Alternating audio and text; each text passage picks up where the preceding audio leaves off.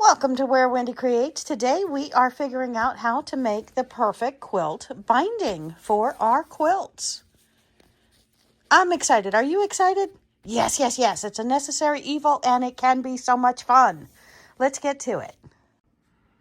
Hello, my friends. We are going to make some quilt binding and we are going to use these 2.5-inch strips of 3/4 of a yard of fabric with the fabric, and let's get going.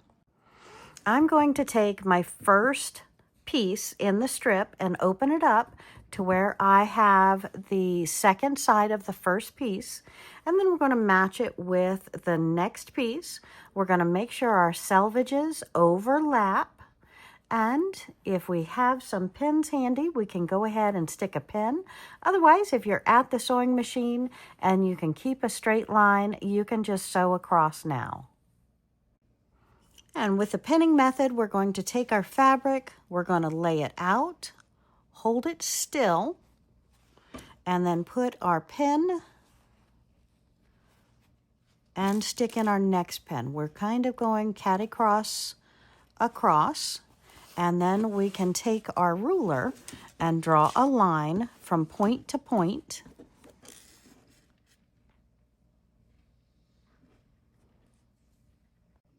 And some of the tools I like to use is either a quilting clean erase pen. You can get, sorry, I had black fingernails on, black fingernail polish.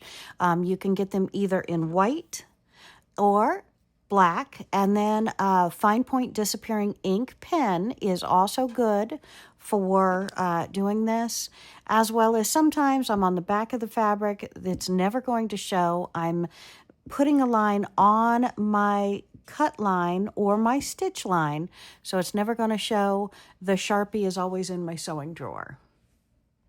And then your handy dandy ruler, and you can just got to stick one pin in, and then we'll draw our line and stick the other pin in.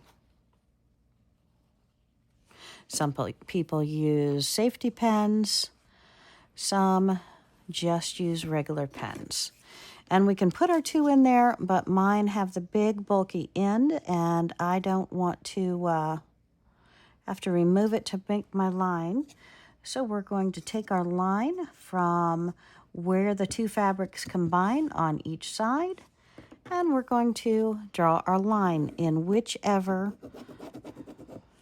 one sticks out far enough. If you can't see white on that, I think we're going to go with a Sharpie, but let's see how our permanent marker does. And again, when you're dealing with this kind of fabric, it is still pretty dark. And I do like a fat tip pen. And I see it, but I don't think you see it on the camera. So you see the line straight across. And again, you can be happy to use your Sharpie.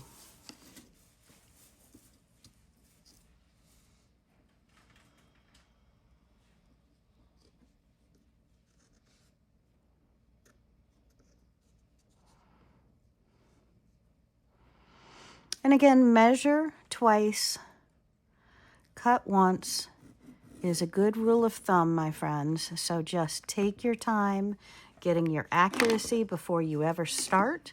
That is my sew line.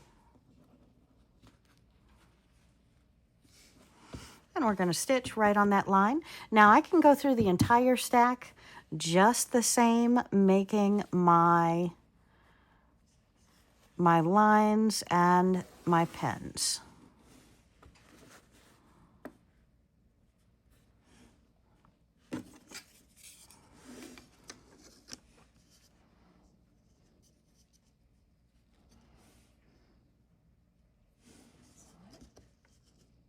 And again, kind of awkward looking through a camera. At the same time, I'm trying to mark my lines and do my pens. So I do apologize as I'm taking twice as long to make my mark as I would normally do.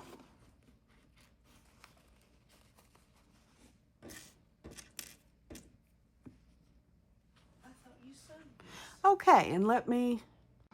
Okay, so now we take our strips that we have put a line on it with our pins. We're going to turn on our sewing machine. We're on a straight stitch.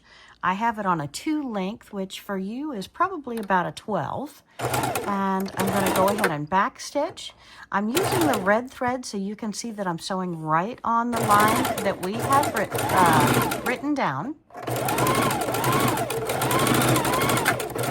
Okay, and once we have sewn it across, we can trim off our extra, but I want to pull these pins and let you see that we are making it straight at an angle, and this way, once we trim this part off, we have less of a bulk behind our line.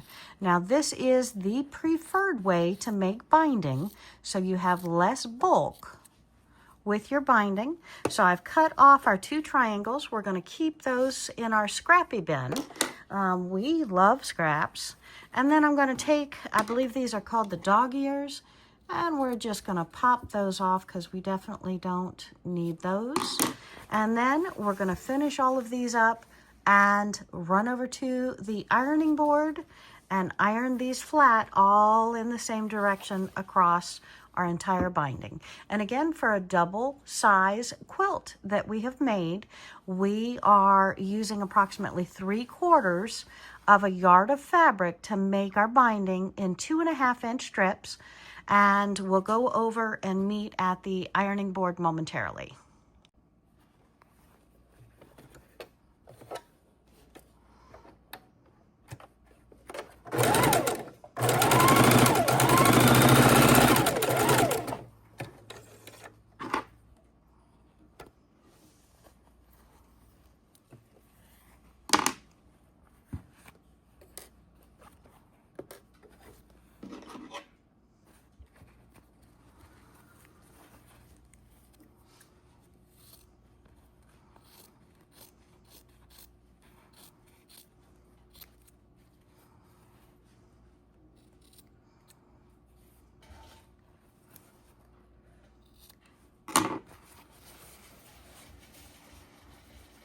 Voila!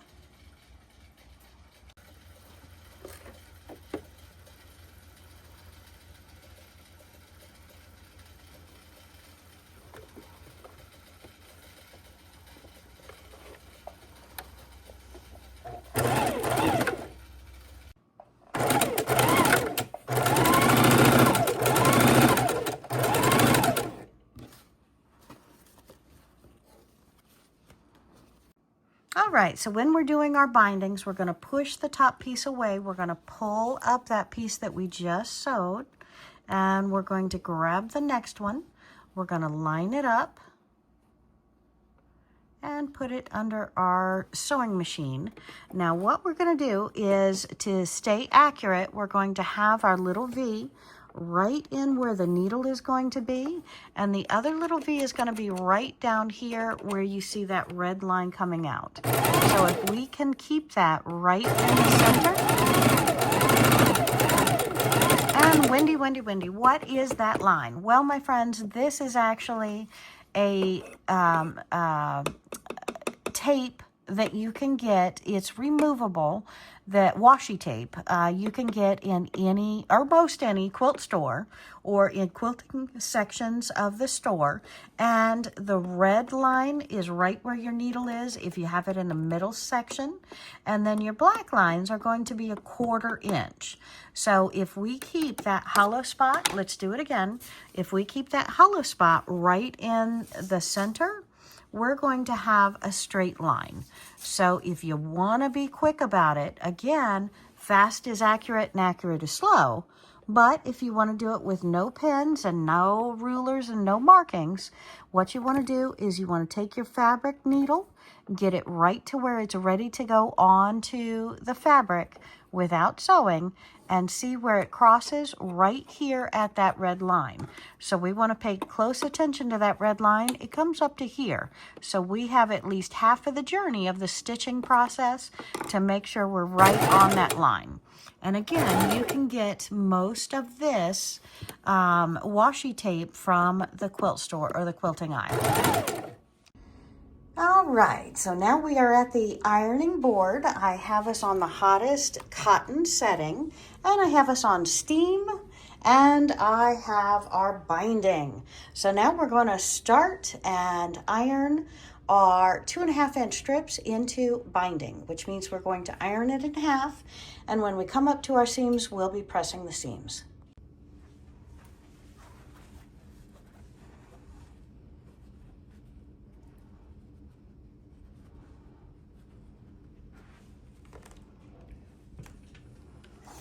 And right in the very beginning, we are going to fold this over because that's where we're going to receive our piece of binding. And so in other words, that's where we start and we finish, because the next, we're going to cut this off, and our next piece, we're going to stick it into there.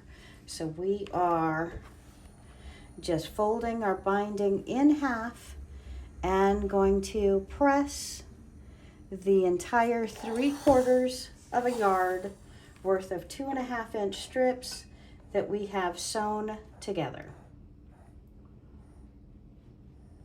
And I keep my one hand making sure we're coming together right at the edges as I press,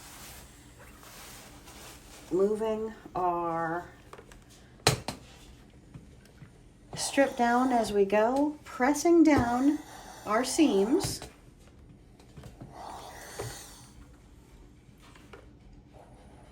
And you do have a very, very hot iron, so I will ask you, my friends, do not get your fingers close to the front of the iron. You will get a burn from the steam. And I'm just going to do the same thing to the entire 3/4 of a yard worth of 2.5-inch strips. So why do I make my own binding?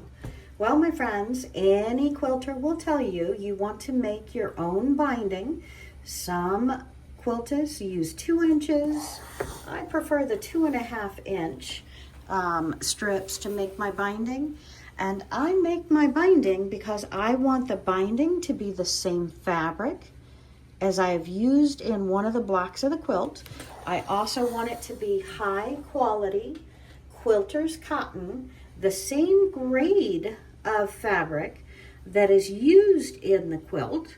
So that is very important for quality standards, to use the same fabric throughout the quilt. And again, I don't mean the same manufacturer, the same type of colors. I mean, you want to use the same quality, the same thickness, the same feel of fabric throughout your entire quilt. And that way, if you have shrinkage, if you have wear and tear, it is all even amongst the entire quilt, and you're not having to worry about part of the quilt stretching or distorting at a different rate from anything else. You can treat all the fibers the same when you're using the same quality of fabrics in your quilt. Perfect quilt binding. That is what it is all about, my friends. Perfect quilt binding. And that's what we're making today.